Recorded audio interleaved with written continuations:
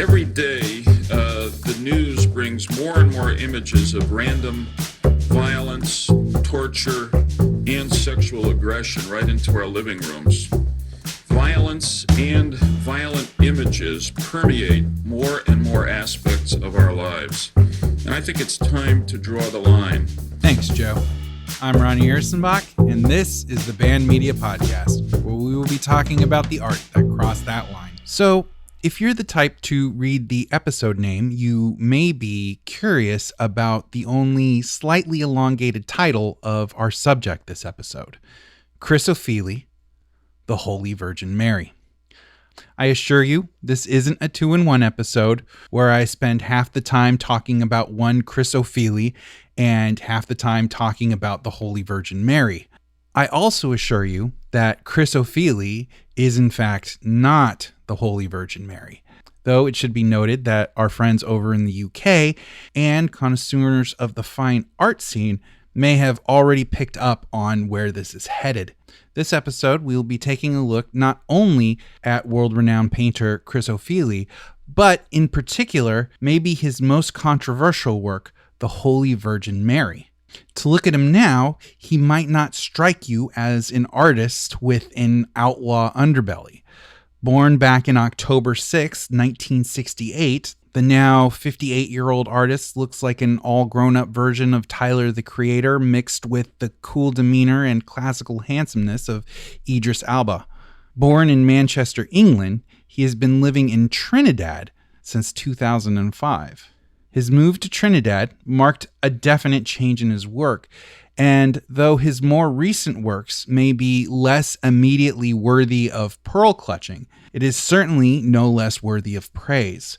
Works like 2006's Iscariot Blues, a gorgeous painting with shades of blue and black on a silver base depicting two Trinidad musicians playing folk music on the left side of the canvas as the body of Judas hangs by the neck, lifeless, naked, and exposed on the right side.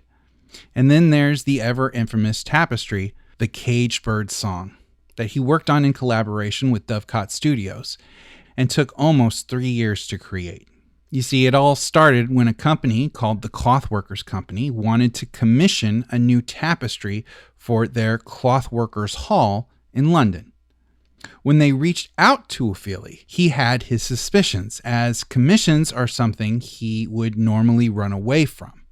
Quote, the fear being that they would want to have a say in what I produce, end quote. So, instead of turning down the project, he sent back a list of things that he wasn't willing to do. That list included not wanting to see where it would go, not wanting to meet with them, and no conversations about the content.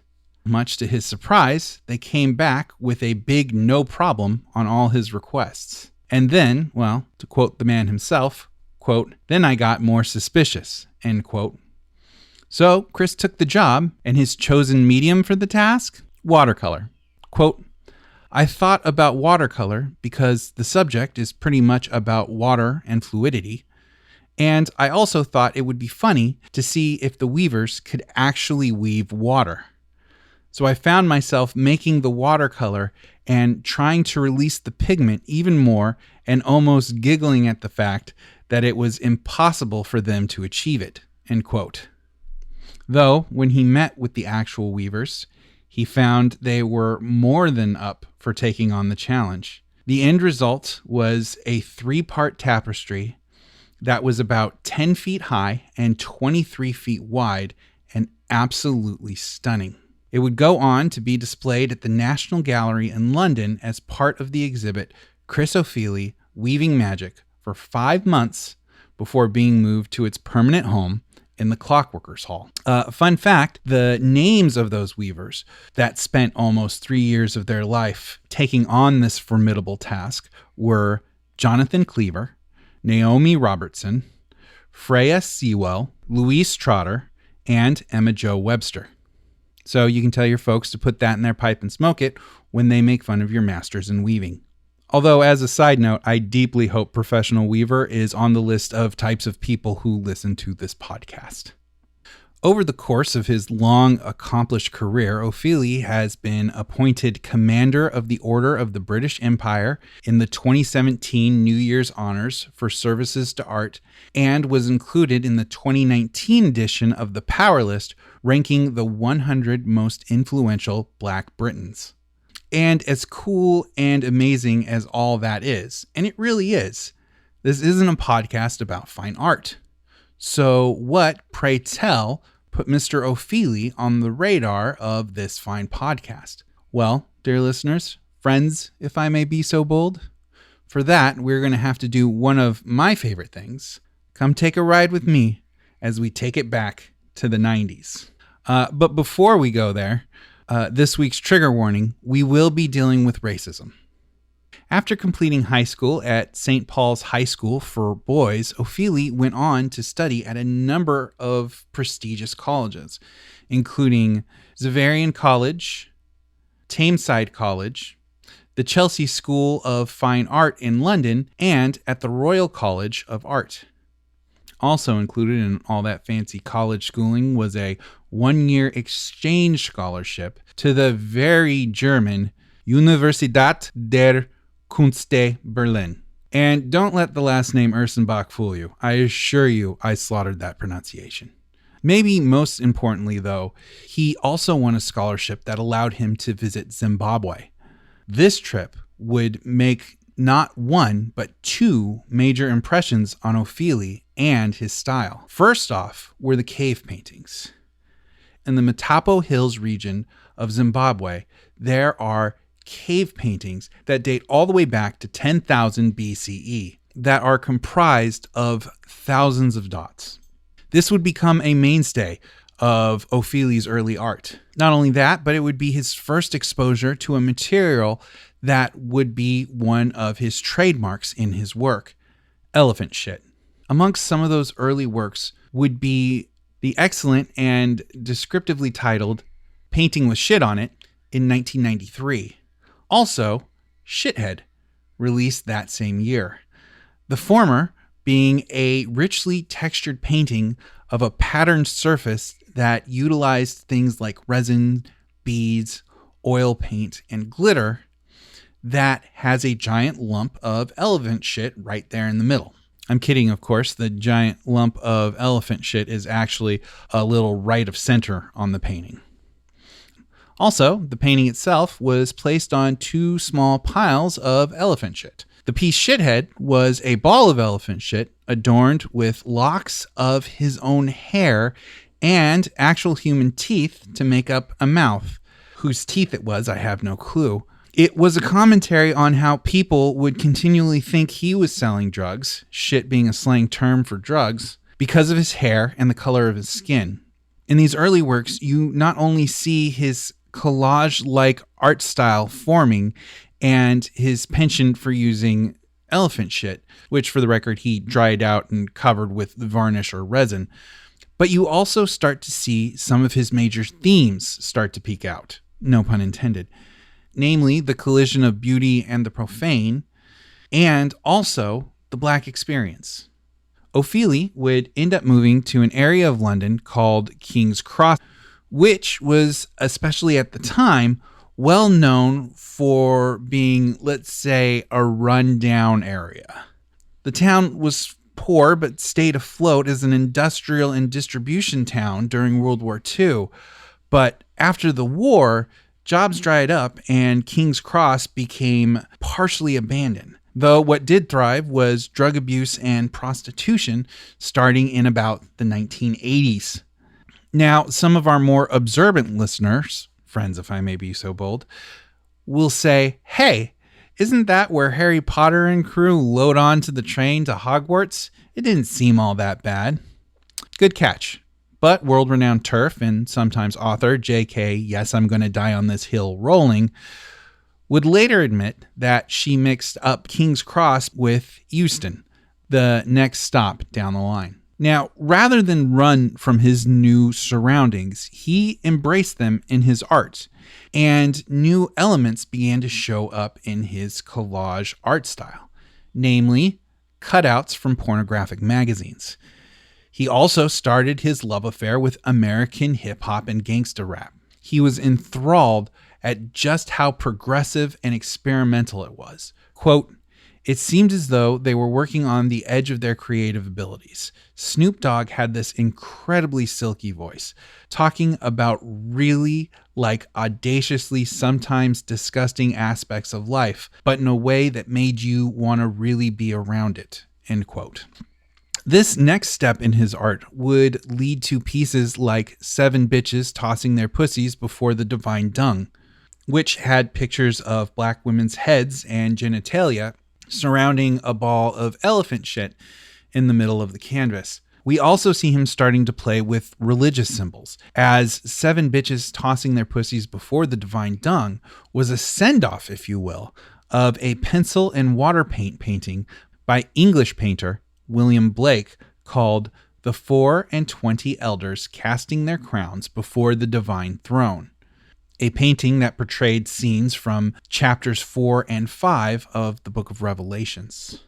Fun fact, the Blake painting was commissioned by his leading patron and friend, a man named Thomas Butts. There's not really more to that, I just think it's funny that his name was Butts, because I'm a child. This era also brought more works from Ofili, such as Aphrodisia, a play on aphrodisiac, which was a bright, bespeckled, psychedelic painting that had plastered all over it images from magazines of famous black people, including Miles Davis, James Brown, Muhammad Ali, Diana Ross, and Nelson Mandela, to name only a very few.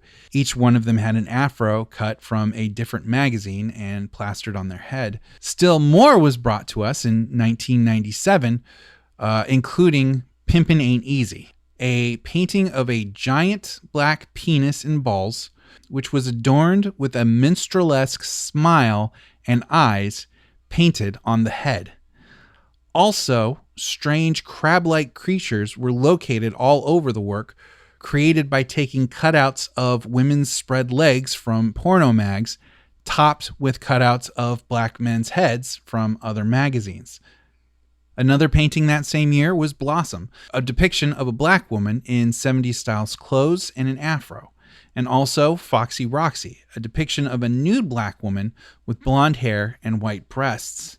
1998 brought one of Ofili's most celebrated works, No Woman, No Cry, the title being obviously borrowed from the famous Bob Marley song.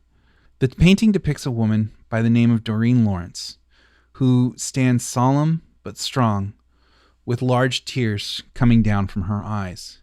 In each of those tears is a picture of her son, Stephen. And if you look closely, you can see R.I.P. Stephen Lawrence underneath the layers of paint. For reference, Stephen Lawrence was an 18-year-old black teenager who was murdered, stabbed to death by a white supremacist gang while waiting for a bus with his friend on the night of April 22nd, 1993, in southeast London, England. The police investigation into the matter was notoriously uncaring, irresponsible, and racist. Everything from accusing Lawrence's friend that was with him of committing the crime and not going to hunt down the real killers in the immediate aftermath, to the ambulance not being called in a timely manner, leaving a still alive Stephen to bleed out on the street.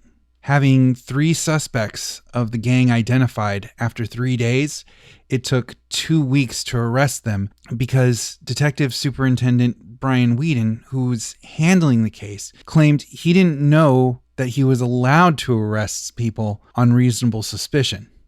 Even after they were arrested, the trial led to their being set free for lack of evidence. Doreen Lawrence, mother of Stephen Lawrence and the subject of No Woman, No Cry, devoted her life to trying to find justice for her son and trying to make sure that something like this never happened again. She would shine a light on the Metropolitan Police Department that exposed the industrial racism that's apathy and indifference not only led to her son not being saved, but also to the killers being let free. And her shining that light would lead to major reforms of the police department. And she now works with human rights organizations. But now we go from Chris Ofili's most celebrated work to his most controversial, which you can imagine must be something given what we've already gone over. That was 1996's The Holy Virgin Mary. Now, much like many of Ofili's other works at the time, The Holy Virgin Mary was painted on a large canvas that measured about 8 feet high by 6 feet wide. And as per his collage style at the time, he incorporated oil paint, glitter, polyester resin, map pins, and, of course, elephant shit and cutouts from pornographic magazines. The work depicts a black Virgin Mary in a flowing blue robe on a vibrant yellow background. One of Mary's breasts is exposed, though it should be noted Chris was not the first artist to do so. In fact, exposing one of Mary's breasts has a long tradition in classic art, a fact Ofili was most likely playing with.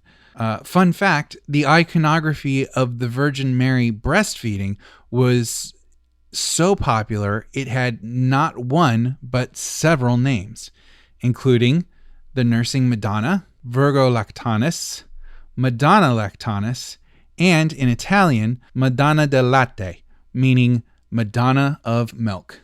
But where Ofili's breast strayed from tradition was in the fact it was molded out of elephant shit, allowing it to pop out of the painting, as it were. Butterflies also fluttered around the Blessed Virgin that were made from cutouts of butts and vaginas from porno magazines. The painting was bought by Charles Saatchi, a wildly successful businessman and purveyor of fine art, who put it in a traveling exhibit called Sensation. The exhibit and the painting were met with acclaim in both London and Berlin. It wasn't until 1999, on its trip overseas to New York, that it would run into trouble while being displayed at the Brooklyn Museum. Then Mayor Rudolph Rudy Giuliani caught whiff of the painting, and as a Catholic and professional crybaby, he became enraged and stated, quote, "The idea of having so-called works of art in which people are throwing elephant dung at a picture of the Virgin Mary is sick," end quote. Ofili, raised as a Roman Catholic, has said that, quote, "elephant dung in itself is quite a beautiful object," end quote. Also, it should be noted that the non-elected blue-collar guards tasked with guarding the painting were able to pick up on a small detail that Giuliani had overlooked. Quote, "It's not the Virgin Mary, it's a painting," end quote. Nonetheless, not only did he try and take away the annual $7 million City Hall grant from the museum, he also threatened the museum with an eviction. Keep in mind, we are talking about New York City's third largest museum in physical size, holding an art collection of roughly 500,000 objects. Museum director Arnold L. Lehman, faced with Giuliani's attacks, held his ground. He filed a federal lawsuit against Rudy for breach of the First Amendment, a case the museum would win and the painting would stay. I guess Giuliani missed the First Amendment day in law school. Though out of its legal troubles, that wasn't the end of the backlash on the Holy Virgin Mary. On December 19th, 1999, 72-year-old Manhattan resident Dennis Hayner pretended to be ill while visiting the painting. Once the guards were distracted, the retired teacher/anti-abortion activist ran behind the plexiglass shield that was protecting the painting and began smearing white latex paint that he had hidden in a hand lotion bottle across the painting. He was arrested and charged with criminal mischief and possessing instruments of graffiti, but the Holy Virgin Mary was quickly restored and placed back in public view. Another incident happened on September 30th of 1999 when artist Scott Lobato of Staten Island was arrested for throwing horse shit at the museum, claiming that the painting was, quote, Catholic bashing, end quote. It should be pointed out here that Scott Lobato's brand of art almost exclusively involves paintings of or with American flags. And on his website right now, for the low price of $18,000, you can pick up a completely non-ironic painting of Donald Trump in the White House next to a weirdly over-sexualized Melania Trump with a live bald eagle to their left and an American flag and snarling wolf to their right. This oil-on-canvas masterpiece is lovingly entitled Beauty and the Best. But whack jobs aside, the piece did pretty well. TheArtStory.com sums the piece up pretty well when it states, quote, "The Holy Virgin Mary speaks to the hybrid cultures in Africa and the Caribbean, which mix Catholicism and traditional spirituality, challenges the way that whiteness is associated with purity in art history.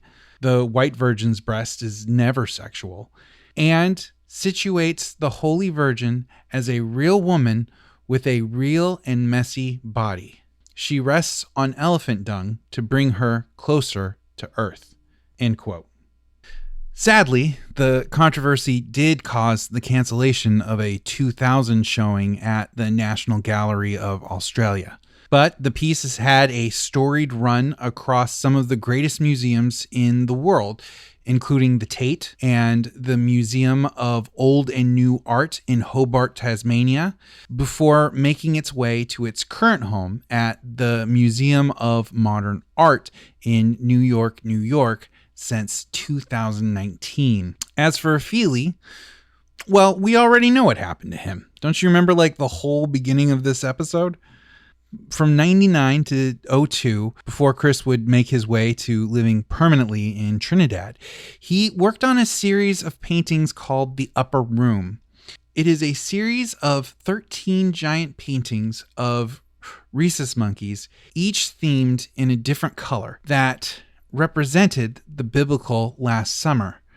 About the work, Ofili would say it wasn't meant to be offensive, but rather to contrast the harmonious life of the monkeys with the trivial ones of the human race. He would go on to say about this era of his artwork, quote, "I came to the point, around The Upper Room, the work had become so crystallized and kind of locked in the way that the structures were coming together. I was concerned that the work could lose its fluidity. That feeling suggested that I really needed to open things out and almost kind of explode the crystal," end quote. And that's exactly what he did, moving to Trinidad, starting a brand new, just as prolific career. Rarely are we blessed with the kind of artist we have in Chris Ofili, an artist whose growth is more defined by their movement through different styles than their overall quality, which is always unquestionable. Much like his early art, Chris finds his career as comfortable in the dregs of so-called punk art as it does in high society mixers and galleries. And who knows where his style will go next? I have a feeling Chris Ofili still has a few big surprises left in his already long and layered career, and I am very much looking forward to it. And, one last thing before you go, one final fun fact. I'll miss you, friends. Thanks for listening, and I'll catch you next time on the Band Media Podcast. Oh, there goes that music again. Follow us on Instagram and Facebook at Band Media Podcast. Email us at bandmediapodcast@gmail.com. You can follow me on Twitter at Ronnie Ursenbach. And please comment, subscribe. And if you donate blood, come join our Band Media Podcast team on the Red Cross app. And if you don't donate blood, then think about starting and then do the thing I just said. Well, that's enough of my rambling for now, but keep being wonderful, dear listeners. Adios.